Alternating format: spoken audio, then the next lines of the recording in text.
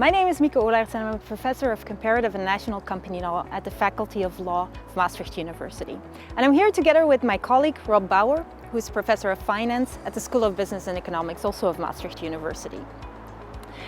The two of us have been appointed to the Elverding Chair on Sustainable Business, Culture and Corporate Regulation. And the Elverding Chair was named after the late Mr. Peter Elverding. He was a business leader with a strong focus on long-termism.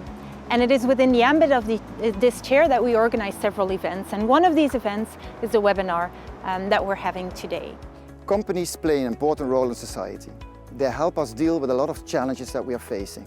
Take climate change or the current health crisis that we are in. How can we modernize these companies to face these challenges? Is more regulation the answer? Or should we really bet on an intrinsic motivation by both company management and the employees that work at these companies, and maybe other stakeholders?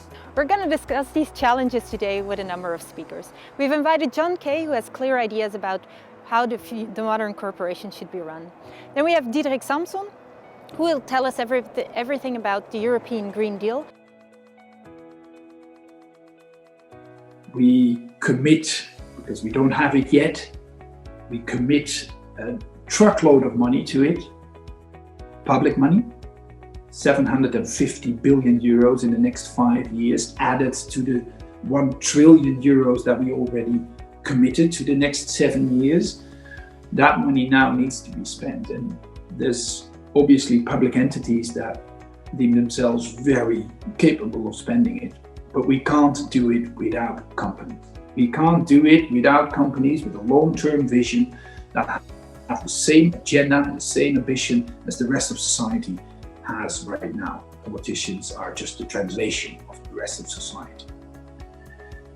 And rest assured that also within our own policies, we're going to try and do everything to nudge or squeeze or even force companies to do the right thing. But from experience, I know that companies, if you force them to do the right thing, they will do it as long as you force them. And as soon as you look away, it's gone. What we actually need to happen is that companies enshrine the long-term objectives in their business cases. And again, we can do something to help. We can subsidize, we can incentivize, we can turn policies in the right direction. But it comes down to the people in the boardroom and on the floor of a company to make that change. Business is a professional activity.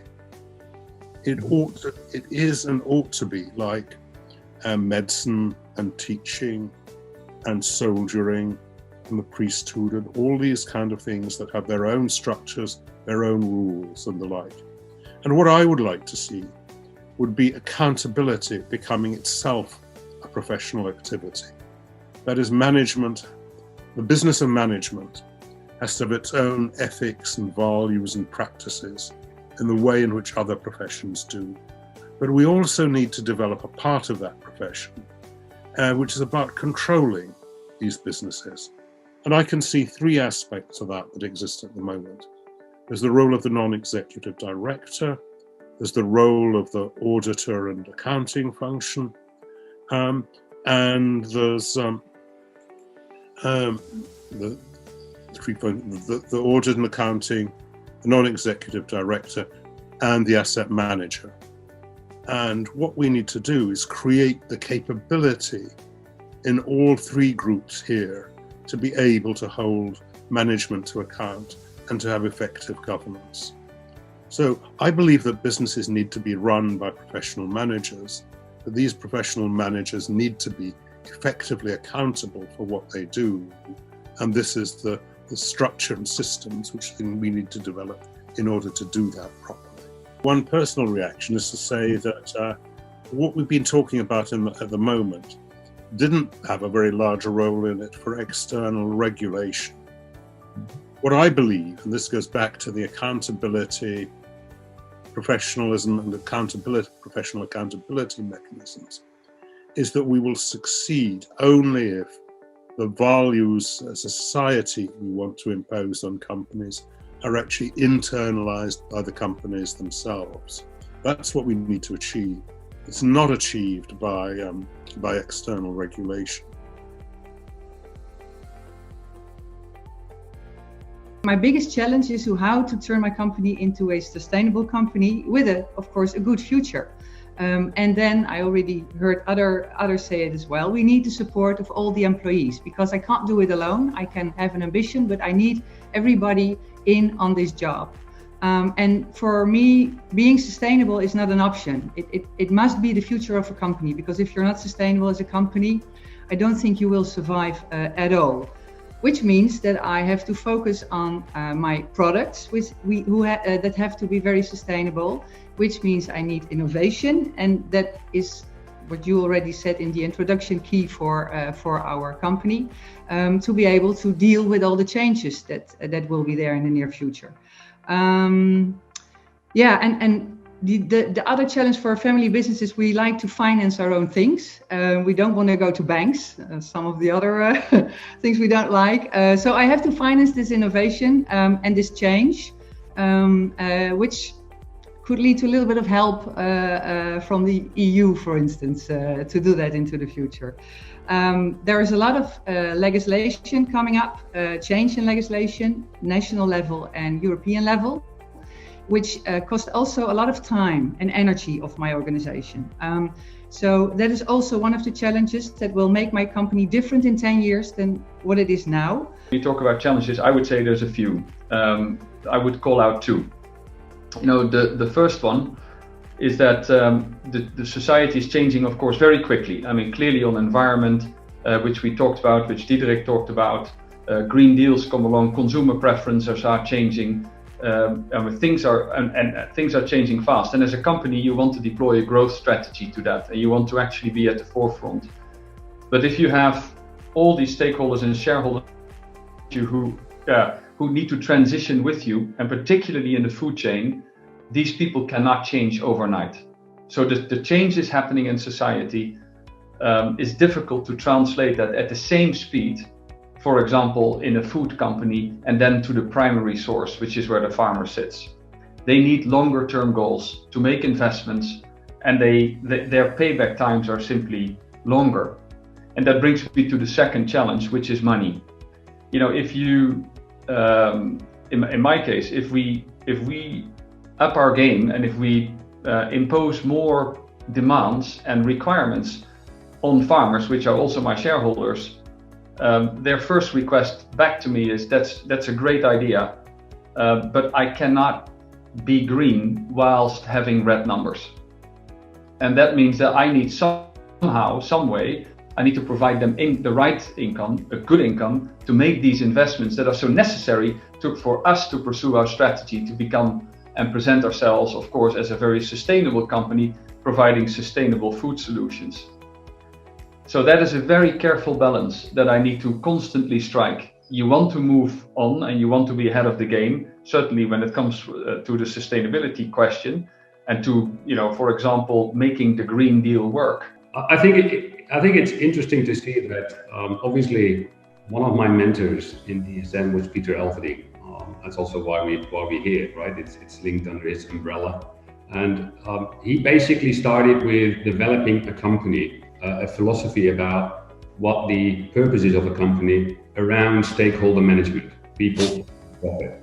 And if you would ask me today, what is the key challenge? It's still that challenge. And therefore, I think it's spot on that John Kay is here and Diederik Samsom, because we try to bring these stakeholders together in a such environment, which means that you're not only there as manager, as co-CEO to take care of the shareholders, but also about your employees, about your customers, about the suppliers, and society at large.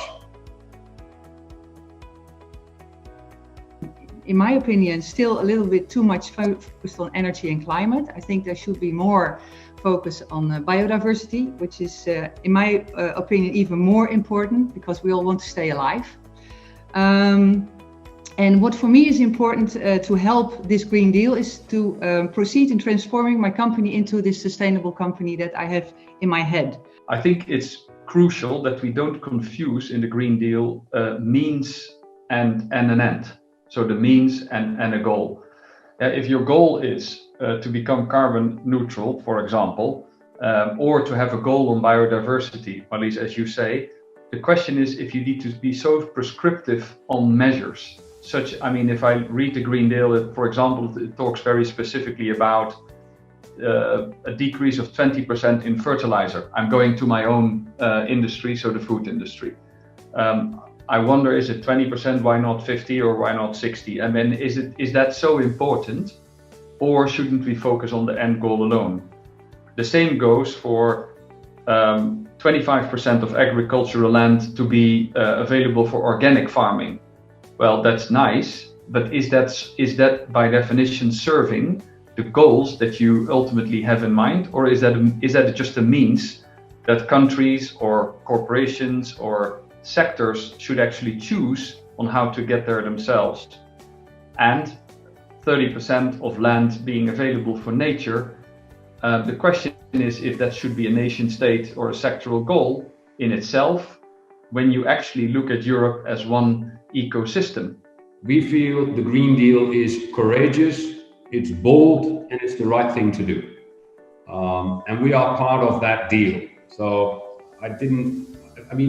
feel that we are included in that Green Deal because we think it's the right thing to do. That is a starting point. Secondly, linked to what John said, I think we represent 3 companies where we have huge capabilities as a company in our different fields of where we operate in. And therefore, we also have responsibility to add to a Green Deal which create a brighter world. So that is something where I would start with. So you can also ask support from us because we have the responsibility to work accordingly. We need to change the way we run corporations going forward. We have to explore new business models, and we could have had a whole session just on which new business models have been emerging in the last few years, but that's beyond today. I think we also agree that we need innovation. And yes, the government and the EU and policymakers can help us achieve innovation, but in the end, it needs to be intrinsic motivation to innovate. It needs to be at the heart of the people in the company to do that, and it will not be enforced by regulation, which is essentially my third point. Regulation versus deregulation, the evergreen on any discussion on companies, came up here as well. And it's fun to see CEOs say, well, we need less regulation, but of course we also need regulation. So there's this tension that you all have, which is also perfectly understandable, and that we have to find a sweet spot